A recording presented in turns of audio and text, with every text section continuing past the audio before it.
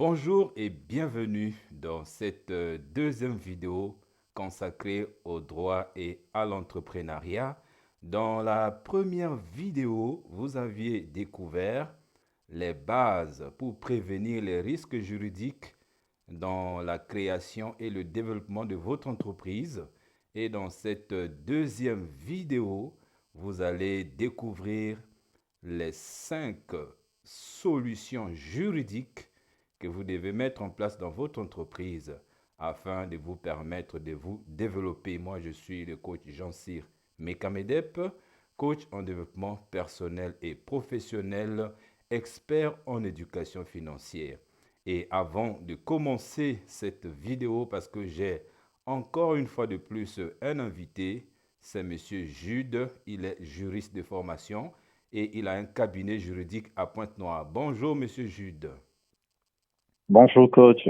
D'accord, avant de te donner la parole, cher web auditeur, n'oubliez pas de cliquer dans la description de cette vidéo pour prendre déjà votre pré-inscription à la formation complète que Jude va nous déployer dans les jours qui suivent afin réellement de vous aider à considérer les aspects juridiques et à faire participer les astuces juridiques dans le développement de votre entreprise. Alors, Monsieur Jude, tu nous as réservé aujourd'hui 5 solutions juridiques afin de permettre aux entrepreneurs qui nous écoutent aujourd'hui de bien développer leurs affaires en tenant compte des aspects juridiques. Alors, tu as la parole, Monsieur Jude.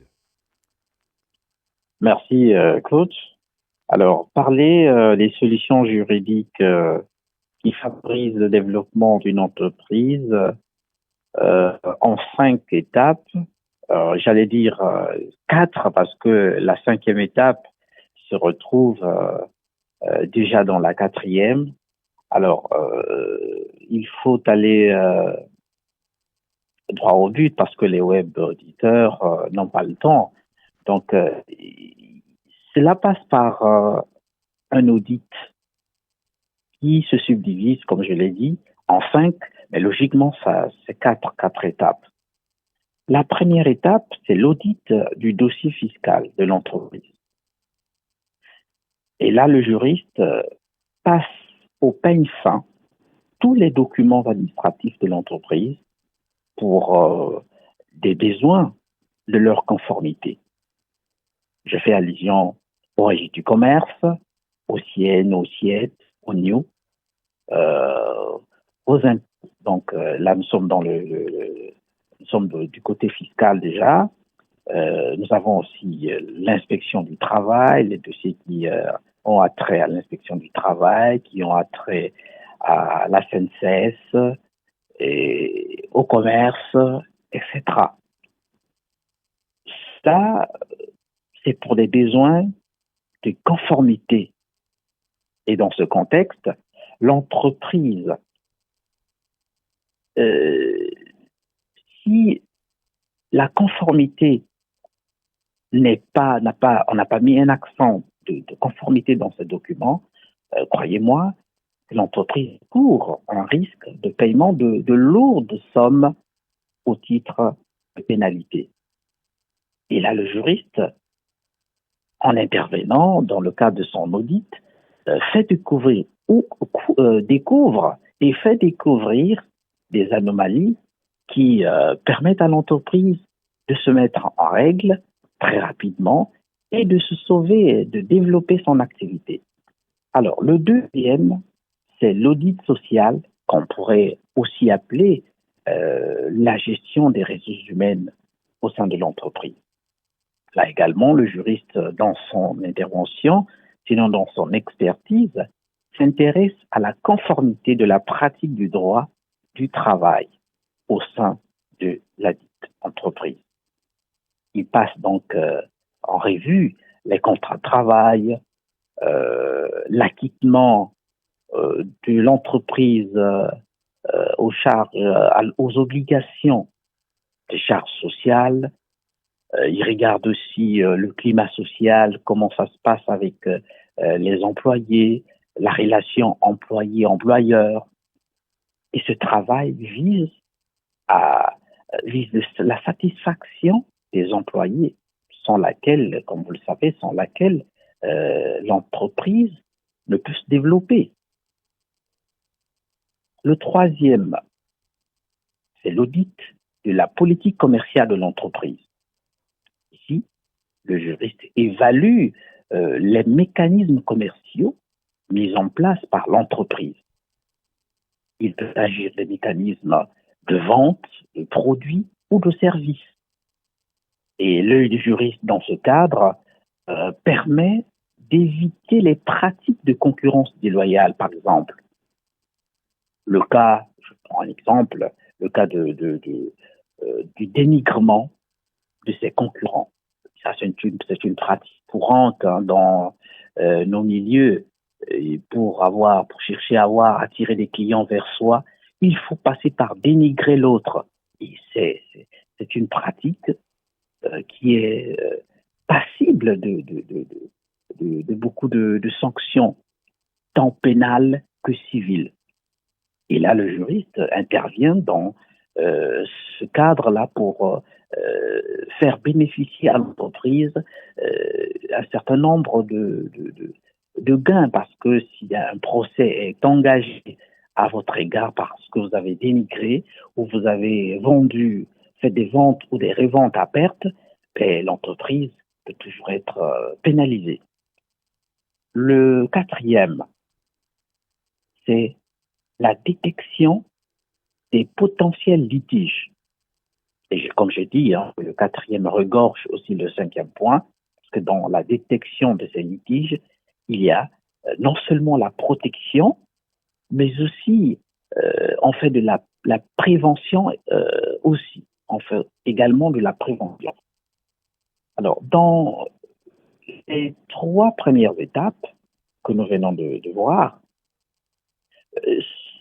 ces étapes permettent aux juristes de faire, bien sûr, de la prévention et de la gestion de litiges, avant que ces litiges ne se transforment en contentieux ou en procès.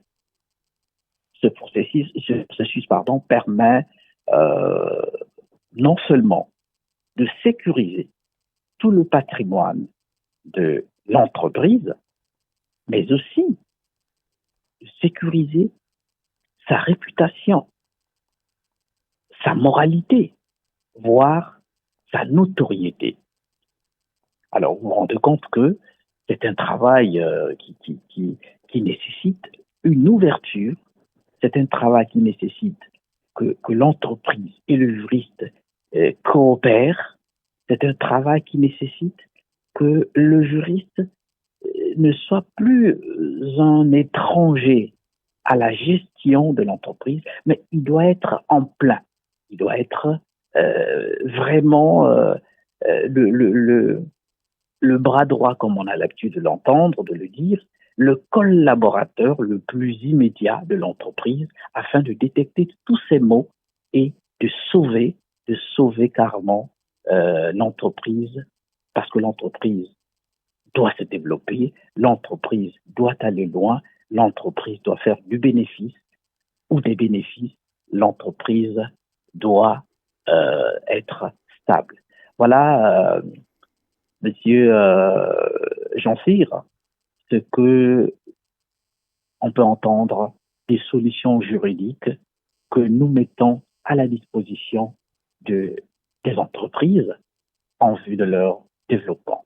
Monsieur Jude, vraiment, j'ai même envie déjà de suivre la formation complète, parce que quand tu parles effectivement de prévention et gestion des litiges, je ne sais pas quel est cet entrepreneur qui ne serait pas vraiment intéressé par ce genre de formation.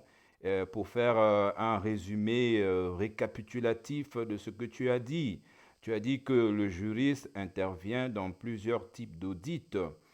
Il intervient au niveau fiscal de l'entreprise afin de se rassurer de la conformité des textes. Parce que si cela n'est pas fait, les entrepreneurs qui nous écoutent le savent, ils sont pénalisés, ils ont les risques de payer des grosses sommes d'argent Tout à fait. afin de se mettre en ordre. Et là, le juriste est là pour permettre à l'entreprise d'éviter ce genre de risque. Tu as dit que le juriste intervient dans le cadre de la gestion des ressources humaines, notamment au niveau de droit de travail. Et tu as même parlé d'un élément clé qui est la satisfaction des employés. Parce que ce sont les employés qui amènent les clients dans l'entreprise. Donc, si les Tout à fait. employés sont satisfaits, l'entreprise ne peut que se développer. Et si Bien entendu. l'entreprise se développe, l'État retrouve sa part. Ça, c'est Bien très, sûr. très important. Tu as parlé même de l'audit commercial et tout en mettant un accent particulier sur la concurrence déloyale qui pourrait aboutir à des sanctions civiles et pénales. Alors ça, c'est une grande découverte pour moi, je me disais que ça s'arrêtait aux sanctions civiles, mais là, on va jusqu'au niveau pénal. Alors, Bien sûr. chers entrepreneurs, ça devait vraiment attirer notre attention. Donc, le juriste est là aussi pour détecter les potentiels litiges. Ça, c'est très important. Nous, entrepreneurs, lorsqu'on est là, on n'a pas le temps de regarder, de réfléchir sur les potentiels litiges juridiques qui pourraient survenir dans notre entreprise. On est là, la tête dans le guidon, en train de regarder uniquement le chiffre d'affaires. Mais un jour, on est surpris que, voilà, on était en train de faire des choses contrairement à la loi et Mhm. à la fin, notre rêve Et, devient... et que voilà, et que Oui, tout le chiffre d'affaires qui a été accumulé se volatilise en un seul trait parce que voilà, on n'a pas pu gérer un aspect et tout ce qui a été accumulé comme chiffre d'affaires, vous le perdez en un rien du temps parce que voilà. oui, merci beaucoup, Jude. Cher web auditeur, vous comprenez l'importance de ces formations. Je dirais même que c'est une grande première dans notre écosystème entrepreneurial africain, puisque nous émettons de la République du Congo.